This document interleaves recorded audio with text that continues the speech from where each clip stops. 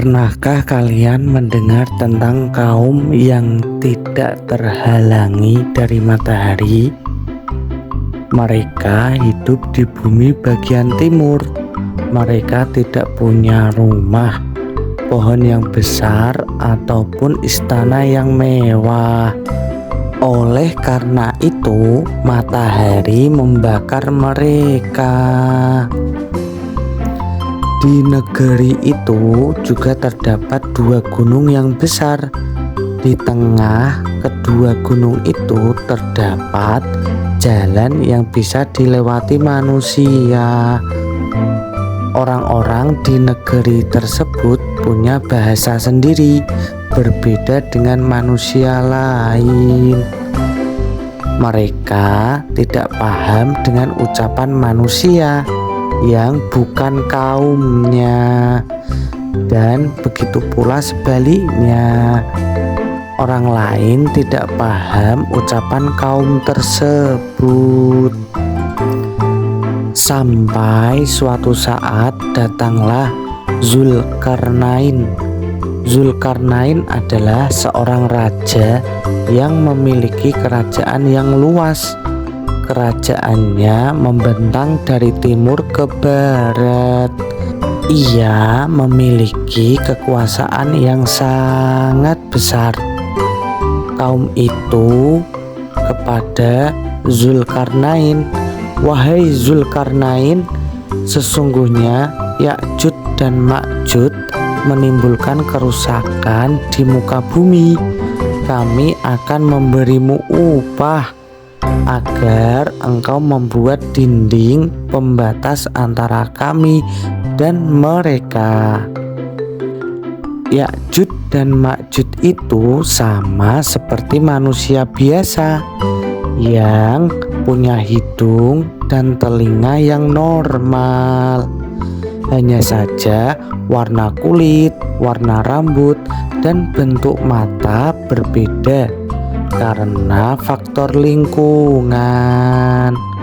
Hal ini seperti berbedanya tubuh orang Asia dengan orang Eropa karena faktor lingkungan.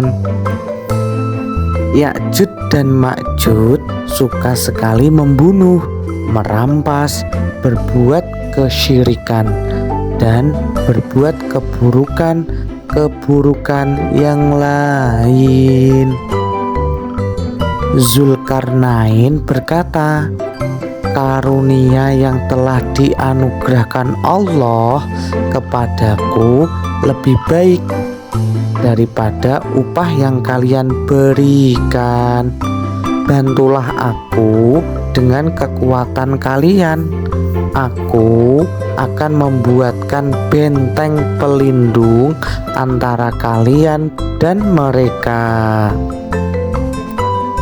Ternyata Zulkarnain tidak hanya membuat dinding pembatas, namun dia membuat benteng pelindung yang lebih besar daripada dinding pembatas.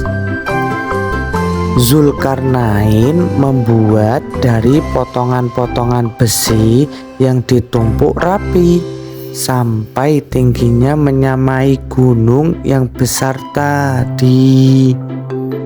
Kemudian besi tersebut ditiup menggunakan alat yang bisa mengeluarkan api, sehingga besi-besi tersebut terbakar sampai besi itu tampak seperti bara api, bahkan lebih dari itu.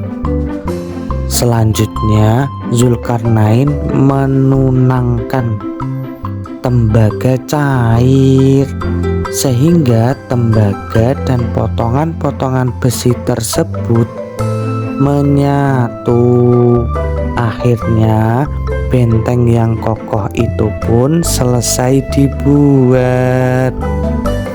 Saking kokohnya benteng itu, Ya'juj dan Ma'juj tidak bisa menaikinya atau melubanginya. Mereka tidak bisa menaikinya karena benteng itu licin, Mereka tidak bisa melubanginya karena benteng itu sangat keras dan kokoh. Zulkarnain berkata, "Benteng ini adalah rahmat dari Allah. Apabila janji Allah sudah datang, Allah akan menghancurkan benteng ini dan keluarlah Ya'juj dan Ma'juj. Janji Allah pasti benar. Janji Allah pasti benar. Allah akan menghancurkan benteng itu sehingga Ya'juj dan Ma'juj bisa keluar." Ya'juj dan Ma'juj keluar saat terbunuhnya Dajjal di tangan Nabi Isa alaihissalam. Jumlah mereka banyak sekali, bagaikan rombongan belalang. Saking banyaknya, mereka berdesak-desakan keluar dari benteng dan menginjak satu sama lain. Saking banyaknya, danau Tobariyah yang penuh dengan air menjadi kering karena diminum oleh mereka. Dengan keluarnya Ya'juj dan Ma'juj, terkepunglah Nabi Isa dan kaum mukminin di Gunung Tur. Ini merupakan kesulitan yang sangat besar. Nabi Isa dan kaum mukminin berdoa kepada Allah. Lalu Allah menurunkan kutu di leher-leher kaum Ya'juj dan Ma'juj. Mereka terbunuh hanya dalam semalam, padahal jumlah mereka banyak sekali. Bumi menjadi busuk karena banyaknya bangkai Ya'juj dan Ma'juj. Allah pun menurunkan hujan sehingga bangkai-bangkai mereka terseret ke laut. Allah juga mengirim burung yang melempar bangkai-bangkai ini ke laut.